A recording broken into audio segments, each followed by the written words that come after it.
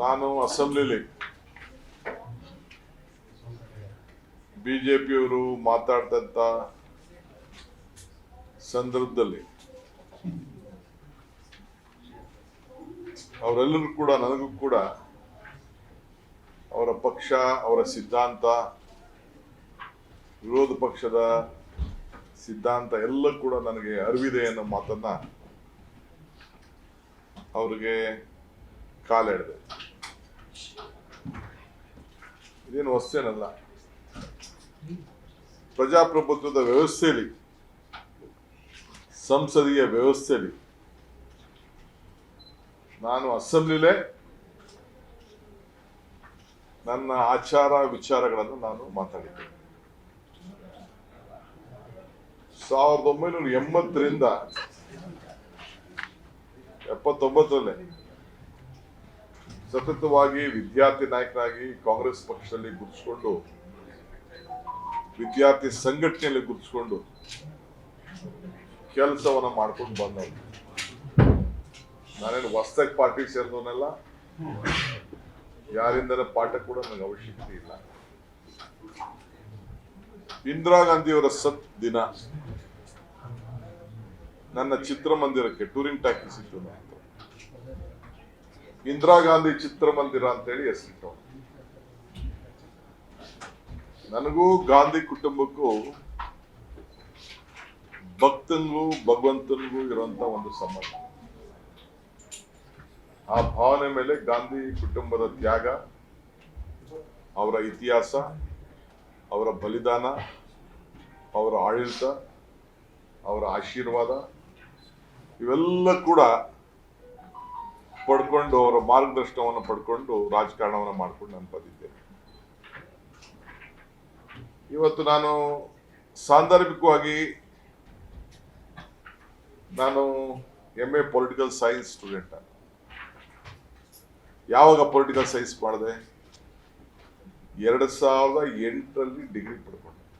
2004-05 ಶುರು ಮಾಡಿ 3 ವರ್ಷ ಬರೆದು ನಾನೊಬ್ಬ ಗ್ರಾಜುಯೇಟ್ ಆಗಬೇಕು ಅಂತೇಳಿ ಪೊಲಿಟಿಕಲ್ ಸೈನ್ಸ್ನ ಆಯ್ಕೆ ಮಾಡಿ ಪಡ್ಕೊಂಡೆ. ನಾ ರಾಜಕಾರಣಕ್ಕೆ ಬರೋಕ್ಕಿಂತ ಮುಂಚಿತವಾಗಿ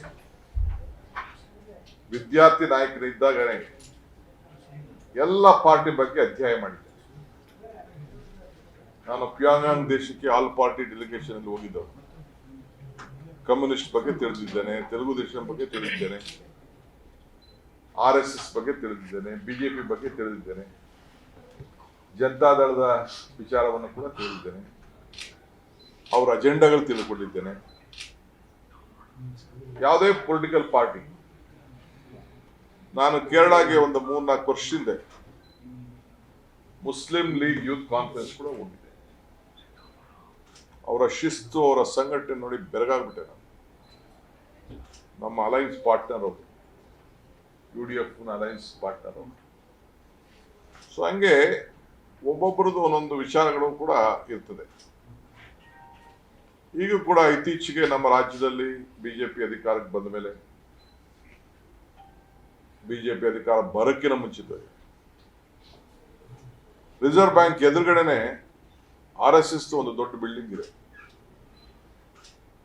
ಕೋಟ್ಯಾಂತರ ರೂಪಾಯಿ ವರ್ಷಕ್ಕೆ ಬಾಡಿಗೆ ಪಡಿತಾ ಇದ್ದಾರೆ. ಬೆಂಗಳೂರು ನಗರದಲ್ಲಿ ಎಷ್ಟು ಶಾಲೆಗಳನ್ನ ಮಾಡಿದ್ದಾರೆ, ಚೆನ್ನೈನಹಳ್ಳಿಯಲ್ಲಿ ಯಾವ ರೀತಿ ಭವ್ಯವಾದಂತಹ ಕಟ್ಟಡಗಳು ಬರ್ತಾ ಇದೆ, ಇಡೀ ರಾಜ್ಯದಲ್ಲಿ ಎಷ್ಟು ಸಂಘಟನೆಗಳು ಬಂದಿದೆ, ಅವೆಲ್ಲ ಕೂಡ ನಾನೊಬ್ಬ ಪೊಲಿಟಿಕಲ್ ಲೀಡರ್ ಆಗಿ ನನ್ನ ರಾಜಕೀಯದ ವಿರೋಧಿಗಳು ಅವರ ಸಂಘಟನೆಗೆ ಯಾವ ರೀತಿ ಮಾಡ್ತಾ ಇದ್ದಾರೆ ಅನ್ನೋದು ತಿಳ್ಕೊಳ್ಬೇಕಾದ್ದು ಕೂಡ ನನ್ನ ಕರ್ತವ್ಯ. ಈ ನಿಟ್ಟಿನಲ್ಲಿ ನಾನು ನಮ್ಮ ಕಾರ್ಯಕರ್ತರಿಗೆ ಪಾಠ ಹೇಳಬೇಕಾದ್ರೆ, ಕಾಂಗ್ರೆಸ್ಸು ಕಚೇರಿ ನಮ್ಮ ದೇವಸ್ಥಾನ ಅಂತ ಪಾಠ ಹೇಳಬೇಕಾದ್ರೆ ಬಹಳ ದೊಡ್ಡ ಅನುಭವದಲ್ಲಿ ನಾನು ಮಾತಾಡಿರುವಂತ ಮಾತು. ಮಹಾತ್ಮ ಗಾಂಧೀಜಿಯವರು ಈ ದೇಶಕ್ಕೆ ಸ್ವಾತಂತ್ರ್ಯದ ನಾಯಕತ್ವವನ್ನು ವಹಿಸಿ ಇವತ್ತು ನಮ್ಮ ಮಲ್ಲಿಕಾರ್ಜುನ್ ಖರ್ಗೆ ಸಾಹೇಬರು ಆ ಸ್ಥಾನದಲ್ಲಿ ಕೂತಿದ್ದಾರೆ. 100 ವರ್ಷ ಆಗಿದೆ. 100 ವರ್ಷಕ್ಕೆ 100 ಕಾಂಗ್ರೆಸ್ ಭವನ ಕಟ್ಟಬೇಕು ಅಂತೇಳಿ ಏನ್ ನಾನು ಪ್ರಾರಂಭ ಮಾಡಿಗಾಲೇ 70-75 ಜಾಗಗಳ ಸಿದ್ಧತೆ ಆಗಿದೆ. ನನ್ನ ಕಮಿಟ್ಮೆಂಟ್ ಇದೆಯಲ್ಲ, ಯಾರು ನನ್ನ ಕಮಿಟ್ಮೆಂಟು, ನನ್ನ ಇತಿಹಾಸ, ನನ್ನ ಇಂಟಿಗ್ರಿಟಿ, ನನ್ನ ಲಾಯಲ್ಟಿ ಕ್ವಶನ್ ಮಾಡಿ ಅನುಮಾನ ಪಡ್ತಾ ಇದ್ದಾರೆ ಅಂತಂದ್ರೆ ಅವರಂತ ಮೂರ್ಖರು ಏನಿಲ್ಲ. ಇವತ್ತು ಕರ್ನಾಟಕ ರಾಜ್ಯದ ಪೊಲಿಟಿಕಲ್ ಹಿಸ್ಟ್ರಿಲಿ ನಾನು ಮಾಡಿರೋ ಹೋರಾಟ, ನನ್ನ ವಯಸ್ಸನ್ನ ಮಾಡ್ತಾರೆ ಹೇಳ್ತಾ ಇರೋದು, ಹಿರಿಯರ ಬಗ್ಗೆ ನಾನು ಮಾತಾಡ್ತಾ ಇಲ್ಲ. My age group from the days of my student life till today, no one can ಹತ್ತಿರಕ್ಕೆ ಬರ್ಲಿಕ್ಕೆ ಸಾಧ್ಯ ಇಲ್ಲ. ಒಬ್ಬ ರಾಷ್ಟ್ರೀಯ ನಾಯಕ, MLA ಹಿಂದೆ ಕೂಡ ನಾನು ನಮ್ಮ ವಿಲಾಸರಾವ್ ದೇಶಮುಖ್ MLA ಅವರ ಸರ್ಕಾರ ಪತನ ಆಗುವಂತ ಸ್ಥಿತಿಯಲ್ಲಿದ್ದಾಗ ನಮ್ಮ ರಾಷ್ಟ್ರೀಯ ನಾಯಕರುಗಳ ಸಂದರ್ಭದಲ್ಲಿ 100 ಜನಕ್ಕೂ ಹೆಚ್ಚು MLA ಇಲ್ಲಿ ಕರ್ಕೊಂಡು ಕೂಡಾಕ್ದಾಗ ಹಾಗೂ ಕೂಡ ಇದೇ ತರ ಕುತಂತ್ರ, ನಾನು ಯಾವುದೋ ಡೀರ್ ಇದನ್ನ ಮಾಂಸ ಹಂಚ್ಬಿಟ್ಟೆ ಅಂತೇಳಿ ಒಂದು ದೊಡ್ಡ ನ್ಯೂಸ್ ಮಾಡ್ಬಿಟ್ಟು, ಪಾಪ ಯಾವ ಡೀರು ನೋಡ್ಲಿಲ್ಲ, ಜಿಂಕೆ ಮಾಂಸ ಹಂಚ್ಬಿಟ್ಟೆ ಅಂತೇಳಿ ಆಗ ಒಂದು ದೊಡ್ಡ ನ್ಯೂಸ್ ಮಾಡಿದ್ರು. ಹಾಗೂ ಪಾಪ ಹೋಟ್ಲವ್ರಿಗೆಲ್ಲ ಇನ್ಕಮ್ ಟ್ಯಾಕ್ಸ್ ಎಲ್ಲ ರೇಡ್ ಆಯ್ತು.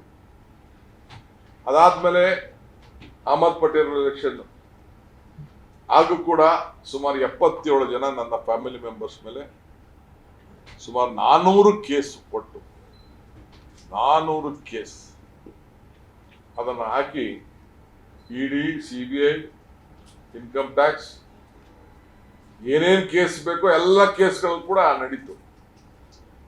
In the process ED case ಹಾಕಿದ್ರು, ನನ್ನ ಅರೆಸ್ಟ್ ಮಾಡಿದ್ರು, ಜೈಲಲ್ಲಿದ್ದೆ, ಜೈಲಿಂದ ಹೊರಬಂದಿದ್ದೀನಿ, ಇವತ್ತು ಕೂತ್ಕೊಳ್ತಾ ಇದ್ದೀನಿ. ಬಹಳ ಜನ ಖುಷಿ ಪಟ್ಟರು, ಬಹಳ ಜನ ಟೀಕೆ ಮಾಡಿದ್ರು. ರಾಜಕಾರಣ DK ಶಿವಕುಮಾರ್ ಮುಗಿದೋಯ್ತು ಅಂತ ಹೇಳ್ತಾ ಇದ್ರು. ಸೋನಿಯಾ ಗಾಂಧಿ ಅವರು, ರಾಹುಲ್ ಗಾಂಧಿ ಅವರು, ಮಲ್ಲಿಕಾರ್ಜುನ್ ಖರ್ಗೆ ಸಾಹೇಬರು ಎಲ್ಲ ಚರ್ಚೆ ಮಾಡಿ ನನಗೆ ಕಾಂಗ್ರೆಸ್ ಪಕ್ಷದ ಅಧ್ಯಕ್ಷರಾಗಿ, ಕರ್ನಾಟಕ ರಾಜ್ಯದ ಅಧ್ಯಕ್ಷನಾಗಿ ಆಯ್ಕೆ ಮಾಡಿ ಈ ಜವಾಬ್ದಾರಿಯನ್ನು ಕೊಟ್ಟು ಒಂದು ದಿನ ರಾತ್ರಿ ಅವತ್ತು ಮಲಗಿಲ್ಲ, ಇವತ್ತು ಮಲಗಿಲ್ಲ. ನಿನ್ನೆ ರಾತ್ರಿ 3 ಗಂಟೆಗೆ ಮಲಗಿದ್ದು ನಾನು. 11 ಗಂಟೆ ಮೇಲೆ ಟ್ರಾಫಿಕ್ ಕಡಿಮೆ ಆಗ್ತಿದೆ ಅಂತೇಳಿ ಸಿಟಿ ರೌಂಡ್ಸ್ ಮಾಡಿ ಏನು ನೀವೆಲ್ಲ ಗುಂಡಿಗಳನ್ನ ಬಗ್ಗೆ ಟೀಕೆ ಮಾಡ್ತಾ ಇದ್ರಿ, ಮಾಧ್ಯಮದವ್ರು ಮಾಡ್ತಾ ಇದ್ರಿ, ವಿರೋಧ ಪಾರ್ಟಿಯವ್ರು ಮಾಡ್ತಾ ಇದ್ರು, ನನಗೆ ಮೆಸೇಜ್ಗಳು ಬರ್ತಾ ಇತ್ತು. ಮುಚ್ಚುವಂತ ಕೆಲಸನ ಮಾಡಿಕೊಂಡು ಈ ರೀತಿ ಸಂಘಟನೆ ಮಾಡಿಕೊಂಡು ಜನರ ಸೇವೆ ಮಾಡಿಕೊಂಡು ನಾನು ಬಂದವನು. ಈಗ ತಿಹಾರ್ ಜೈಲ್ಗೆ ಹೋದೆ, ತಿಹಾರ್ ಜೈಲಿಂದ ಬಿಡುಗಡೆ ಆದೆ. ತಿಹಾರ್ ಜೈಲಿಂದ ಬಿಡುಗಡೆ ಆದ್ಮೇಲೆ ಈ ಜವಾಬ್ದಾರಿಯನ್ನ ಕೊಟ್ಟಿದ್ದಾರೆ. ತಿಹಾರ್ ಜೈಲ್ ಕಳಿಸಿದ್ರಲ್ಲ, ಆ ಇಡಿ ಕೇಸು ಏನಾಯ್ತು ಅಂತ ಯಾರಾದ್ರು ಮಾತಾಡಿದ್ದಾರ? ತಿಹಾರ್ ಜೈಲ್ ಕಳಿಸಂತ ಇಡಿ ಕೇಸು, ನನ್ನ ಅರೆಸ್ಟ್ ಮಾಡಿದಂತ ಕೇಸು ಸರ್ವೋಚ್ಚ ನ್ಯಾಯಾಲಯ ಇದು ಶಿವಕುಮಾರ್ ಮಾಡಿದ ತಪ್ಪು ಅಂತೇಳಿ ಕೇಸನ್ನ ಡಿಸ್ಮಿಸ್ ಮಾಡೋದು. ಆ ಜೈಲ್ ಅನುಭವಿಸೋನ್ಗೆ ಆ ನೋವು ಗೊತ್ತು. ಒಂದು ಕುರ್ಚಿನೂ ಇಲ್ಲದೆ ನನಗೆ ಜೈಲಲ್ಲಿ, ಕಾಂಗ್ರೆಸ್ ಕಚೇರಿ ನಮ್ಮ ದೇವಸ್ಥಾನ ಅಂತ ಪಾಠ ಹೇಳ್ಬೇಕಾದ್ರೆ ಬಹಳ ದೊಡ್ಡ ಅನುಭವದಲ್ಲಿ ನಾನು ಮಾತಾಡಿರುವಂತ ಮಾತು. ಮಹಾತ್ಮ ಗಾಂಧೀಜಿಯವರು ಈ ದೇಶಕ್ಕೆ ಸ್ವಾತಂತ್ರ್ಯದ ನಾಯಕತ್ವವನ್ನು ವಹಿಸಿ ಇವತ್ತು ನಮ್ಮ ಮಲ್ಲಿಕಾರ್ಜುನ್ ಖರ್ಗೆ ಸಾಹೇಬರು ಆ ಸ್ಥಾನದಲ್ಲಿ ಕೂತಿದ್ದಾರೆ. 100 ವರ್ಷ ಆಗಿದೆ. 100 ವರ್ಷಕ್ಕೆ 100 ಕಾಂಗ್ರೆಸ್ ಭವನ ಕಟ್ಟಬೇಕು ಅಂತೇಳಿ ಏನ್ ನಾನು ಪ್ರಾರಂಭ ಮಾಡಿ ಈಗಾಗಲೇ 70-75 ಜಾಗಗಳ ಸಿದ್ಧತೆ ಆಗಿದೆ. ನನ್ನ ಕಮಿಟ್ಮೆಂಟ್ ಇದೆಯಲ್ಲ, ಯಾರು ನನ್ನ ಕಮಿಟ್ಮೆಂಟು, ನನ್ನ ಇತಿಹಾಸ, ನನ್ನ ಇಂಟಿಗ್ರಿಟಿ, ನನ್ನ ಲಾಯಲ್ಟಿ ಕ್ವಶನ್ ಮಾಡಿ ಅನುಮಾನ ಪಡ್ತಾ ಇದ್ದಾರೆ ಅಂತಂದ್ರೆ ಅವರಂತ ಮೂರ್ಖರು ಏನಿಲ್ಲ. ಇವತ್ತು ಕರ್ನಾಟಕ ರಾಜ್ಯದ ಪೊಲಿಟಿಕಲ್ ಹಿಸ್ಟ್ರಿಲಿ ನಾನು ಮಾಡಿರೋ ಹೋರಾಟ, ನನ್ನ ವಯಸ್ಸನ್ನ ಮಾಡ್ತಾರೆ ಹೇಳ್ತಾ ಇರೋದು, ಹಿರಿಯರ ಬಗ್ಗೆ ನಾನು ಮಾತಾಡ್ತಾ ಇಲ್ಲ. My age group from the days of my student life till today, no one can ಹತ್ತಿರಕ್ಕೆ ಬರ್ಲಿಕ್ಕೆ ಸಾಧ್ಯ ಇಲ್ಲ. ಒಬ್ಬ ರಾಷ್ಟ್ರೀಯ ನಾಯಕ, MLA ಹಿಂದೆ ಕೂಡ ನಾನು ನಮ್ಮ ವಿಲಾಸರಾವ್ ದೇಶಮುಖ್ MLAಗಳಿಗೆ ಅವರ ಸರ್ಕಾರ ಪತನ ಆಗುವಂತ ಸ್ಥಿತಿಯಲ್ಲಿದ್ದಾಗ ನಮ್ಮ ರಾಷ್ಟ್ರೀಯ ನಾಯಕರುಗಳ ಸಂದರ್ಭದಲ್ಲಿ 100 ಜನಕ್ಕೂ ಹೆಚ್ಚು MLAಗಳನ್ನ ಇಲ್ಲಿ ಕರ್ಕೊಂಡು ಕೂಡಾಕ್ದಾಗ ಹಾಗೂ ಕೂಡ ಇದೇ ತರ ಕುತಂತ್ರ ನಾನು ಯಾವುದೋ ಡೀರ್ ಇದನ್ನ ಮಾಂಸ ಹಂಚ್ಬಿಟ್ಟೆ ಅಂತೇಳಿ ಒಂದು ದೊಡ್ಡ ನ್ಯೂಸ್ ಮಾಡ್ಬಿಟ್ಟು ಪಾಪ ಯಾವ ಡೀರು ನೋಡ್ಲಿಲ್ಲ ಜಿಂಕೆ ಮಾಂಸ ಹಂಚ್ಬಿಟ್ಟೆ ಅಂತೇಳಿ ಆಗ ಒಂದು ದೊಡ್ಡ ನ್ಯೂಸ್ ಮಾಡಿದ್ರು. ಹಾಗೂ ಪಾಪ ಹೋಟ್ಲವ್ರಿಗೆಲ್ಲ ಇನ್ಕಮ್ ಟ್ಯಾಕ್ಸ್ ಎಲ್ಲ ರೇಡ್ ಆಯ್ತು. ಅದಾದ್ಮೇಲೆ ಅಹಮದ್ ಪಟೇಲ್ ಎಲೆಕ್ಷನ್ ಹಾಗೂ ಕೂಡ ಸುಮಾರು 77 ಜನ ನನ್ನ ಫ್ಯಾಮಿಲಿ ಮೆಂಬರ್ಸ್ ಮೇಲೆ ಸುಮಾರು 400 ಕೇಸ್ ಕೊಟ್ಟು 400 ಕೇಸ್ ಅದನ್ನು ಹಾಕಿ ಇಡಿ CBI ಇನ್ಕಮ್ ಟ್ಯಾಕ್ಸ್ ಏನೇನ್ ಕೇಸ್ ಬೇಕೋ ಎಲ್ಲ ಕೇಸ್ಗಳು ಕೂಡ ನಡೀತು. In the process ED case ಹಾಕಿದ್ರು, ನನ್ನ ಅರೆಸ್ಟ್ ಮಾಡಿದ್ರು, ಜೈಲಲ್ಲಿದ್ದೆ, ಜೈಲಿಂದ ಹೊರಬಂದಿದ್ದೀನಿ, ಇವತ್ತು ಕೂತ್ಕೊಳ್ತಾ ಇದ್ದೀನಿ. ಬಹಳ ಜನ ಖುಷಿ ಪಟ್ಟರು, ಬಹಳ ಜನ ಟೀಕೆ ಮಾಡಿದ್ರು. ರಾಜಕಾರಣ DK ಶಿವಕುಮಾರ್ ಮುಗಿದೋಯ್ತು ಅಂತ ಹೇಳ್ತಾ ಇದ್ರು. ಸೋನಿಯಾ ಗಾಂಧಿ ಅವರು, ರಾಹುಲ್ ಗಾಂಧಿ ಅವರು, ಮಲ್ಲಿಕಾರ್ಜುನ್ ಖರ್ಗೆ ಸಾಹೇಬರು ಎಲ್ಲ ಚರ್ಚೆ ಮಾಡಿ ನನಗೆ ಕಾಂಗ್ರೆಸ್ ಪಕ್ಷದ ಅಧ್ಯಕ್ಷರಾಗಿ ಕರ್ನಾಟಕ ರಾಜ್ಯದ ಅಧ್ಯಕ್ಷನಾಗಿ ಆಯ್ಕೆ ಮಾಡಿ ಈ ಜವಾಬ್ದಾರಿಯನ್ನು ಕೊಟ್ಟು ಒಂದು ದಿನ ರಾತ್ರಿ ಅವತ್ತು ಮಲಗಿಲ್ಲ, ಇವತ್ತು ಮಲಗಿಲ್ಲ. ನಿನ್ನೆ ರಾತ್ರಿ 3 ಗಂಟೆಗೆ ಮಲಗಿದ್ದು ನಾನು. 11 ಗಂಟೆ ಮೇಲೆ ಟ್ರಾಫಿಕ್ ಕಡಿಮೆ ಆಗ್ತಿದೆ ಅಂತೇಳಿ ಸಿಟಿ ರೌಂಡ್ಸ್ ಮಾಡಿ ಏನು ನೀವೆಲ್ಲ ಗುಂಡಿಗಳನ್ನ ಬಗ್ಗೆ ಟೀಕೆ ಮಾಡ್ತಾ ಇದ್ರಿ, ಮಾಧ್ಯಮದವ್ರು ಮಾಡ್ತಾ ಇದ್ರಿ, ವಿರೋಧ ಪಾರ್ಟಿಯವ್ರು ಮಾಡ್ತಾ ಇದ್ರು, ನನಗೆ ಮೆಸೇಜ್ಗಳು ಬರ್ತಾ ಇತ್ತು. ಮುಚ್ಚುವಂತ ಕೆಲಸನ ಮಾಡಿಕೊಂಡು ಈ ರೀತಿ ಸಂಘಟನೆ ಮಾಡಿಕೊಂಡು ಜನರ ಸೇವೆ ಮಾಡಿಕೊಂಡು ನಾನು ಬಂದವನು. ಈಗ ತಿಹಾರ್ ಜೈಲ್ಗೆ ಹೋದೆ, ತಿಹಾರ್ ಜೈಲಿಂದ ಬಿಡುಗಡೆ ಆದೆ. ತಿಹಾರ್ ಜೈಲಿಂದ ಬಿಡುಗಡೆ ಆದ್ಮೇಲೆ ಈ ಜವಾಬ್ದಾರಿಯನ್ನ ಕೊಟ್ಟಿದ್ದಾರೆ. ತಿಹಾರ್ ಜೈಲ್ ಕಳಿಸಿದ್ರಲ್ಲ, ಆ ಇಡಿ ಕೇಸು ಏನಾಯ್ತು ಅಂತ ಯಾರಾದ್ರೂ ಮಾತಾಡಿದ್ದಾರ? ತಿಹಾರ್ ಜೈಲ್ ಕಳಿಸಂತ ಇಡಿ ಕೇಸು, ನನ್ನ ಅರೆಸ್ಟ್ ಮಾಡಿದಂತ ಕೇಸು ಸರ್ವೋಚ್ಚ ನ್ಯಾಯಾಲಯ ಇದು ಶಿವಕುಮಾರ್ ಮಾಡಿದ ತಪ್ಪು ಅಂತೇಳಿ ಕೇಸನ್ನ ಡಿಸ್ಮಿಸ್ ಮಾಡೋದು. ಆ ಜೈಲ್ ಅನುಭವಿಸೋನ್ಗೆ ಆ ನೋವು ಗೊತ್ತು.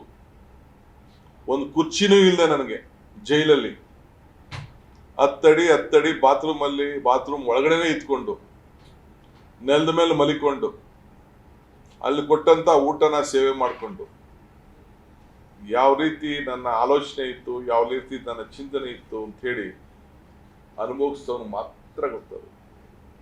ನಾನು ಈಗ ವಿಚಾರ ಮಾತಾಡೋದಿಲ್ಲ. ಯಾವ್ದಾರ ಸಂದರ್ಭಕ್ಕೆ ದಾಖಲೆಗೆ ಹೋಗುವಂತ ಸಂದರ್ಭ ಬಂದಾಗ ಅಸೆಂಬ್ಲಿಯಲ್ಲಿ ನಾನು ಮಾತಾಡ್ತೀನಿ.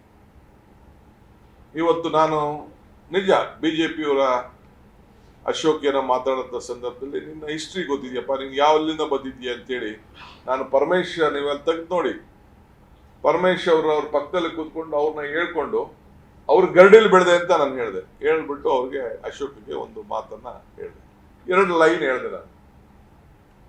ಭೂಮಿಗೆ ಪ್ರಾರ್ಥನೆ ಯಾವ ರೀತಿ ಮಾಡ್ತೀರಿ ಅಂತ ಹೇಳಿ ನಾನು ನನಗೆ ಅಧ್ಯಾಯ ಮಾಡಿದಂಥ ವಿಚಾರನ ನಾನು ಹೇಳಿದೆ. ಅದನ್ನ ಕಟ್ ಮಾಡಿ, ಪೇಸ್ಟ್ ಮಾಡಿ, ಎಲ್ಲೆಲ್ಲಿಗೂ ಲಿಂಕ್ ಮಾಡಿ, ನ್ಯಾಷನಲ್ ನ್ಯೂಸು, ಇಂಟರ್ನ್ಯಾಷನಲ್ ನ್ಯೂಸು, ಎಲ್ಲ ಲ್ಯಾಂಗ್ವೇಜು. ನಾನು ಮೊನ್ನೆ ಬಿಹಾರ್ಗೆ ಹೋದಾಗ ಕೂಡ ಕೆಲವರೆಲ್ಲ ಕೇಳಿದ್ರು ನನ್ನ. ಒಬ್ಬ ನನ್ನ ಫ್ರೆಂಡ್ಸು, ನನ್ನ ಸೀನಿಯರ್ ಲೀಡರ್ಸ್, ನಮ್ಮ ಪಾರ್ಟಿ ಲೀಡರ್ಸ್, ಭಾಳ ಸಂತೋಷ, ಭಾಳ ದೊಡ್ಡ ದೊಡ್ಡ ಅಡ್ವೈಸ್ಗಳೆಲ್ಲ ಮಾಡಿದ್ದಾರೆ. I am not bigger then anyone, ನಾನು ಭಾಳ ಚಿಕ್ಕವನೇ ಇದ್ದೇನೆ, ಅವ್ರಿಗಿನ್ನ ಅಷ್ಟು ದೊಡ್ಡವರಿಲ್ಲ. ಯಾವ ರೀತಿ ಉತ್ತರ ಕೊಡಬೇಕು ಮೀಡಿಯಾಲ್ ಮಾತಾಡ್ತಾ ಇದ್ದಾರೆ. ಯಾರು ಮೀಡಿಯಾಲ್ ಮಾತಾಡೋ ಅವಶ್ಯಕತೆ ಇಲ್ಲ. ಬನ್ನಿ ಕಾಂಗ್ರೆಸ್ ಆಫೀಸ್ ಬನ್ನಿ, ಮೀಟಿಂಗ್ ಕರೀರಿ, ಕೇಳೋಣ, ಚರ್ಚೆ ಮಾಡೋಣ. ಮೀಡಿಯಾಯಿಂದ ನಿಮ್ಗೇನು ಬೆನಿಫಿಟ್ ಆಗೋದಿಲ್ಲ, ನಿಮ್ಗೆ ಸಮಾಧಾನ ಆಗ್ಬೋದಷ್ಟೇ. ಕೆಲವು ಏನೋ ಸಲಹೆಗಳು ಕೊಟ್ಟಿದ್ದಾರೆ. ನಾನು ಖಂಡಿತ ನಿಮ್ಮ ಸಲಹೆಗಳನ್ನ, ಒಳ್ಳೆಯ ಸಲಹೆಗಳು, ನಾನು ಯಾರಿಗೇನು ದೊಡ್ಡವನಲ್ಲ. I don't want to, my life is there to give strength to every one. ಎಲ್ಲರ ಕಷ್ಟ ಕಾಲದಲ್ಲೂ ಕೂಡ I stood by them, still I will stand by them. Whatever the position is, whatever I will be, whatever I may not be, whatever I will become, whatever not become, that is not important. As a loyal congressman, ಎಲ್ಲರೂ ಕೂಡ ಯಾರ ಮನಸ್ಸಿಗೂ ನೋಯಿಸ್ಲಿಕ್ಕೆ ನನಗೆ ಇಷ್ಟ ಇಲ್ಲ.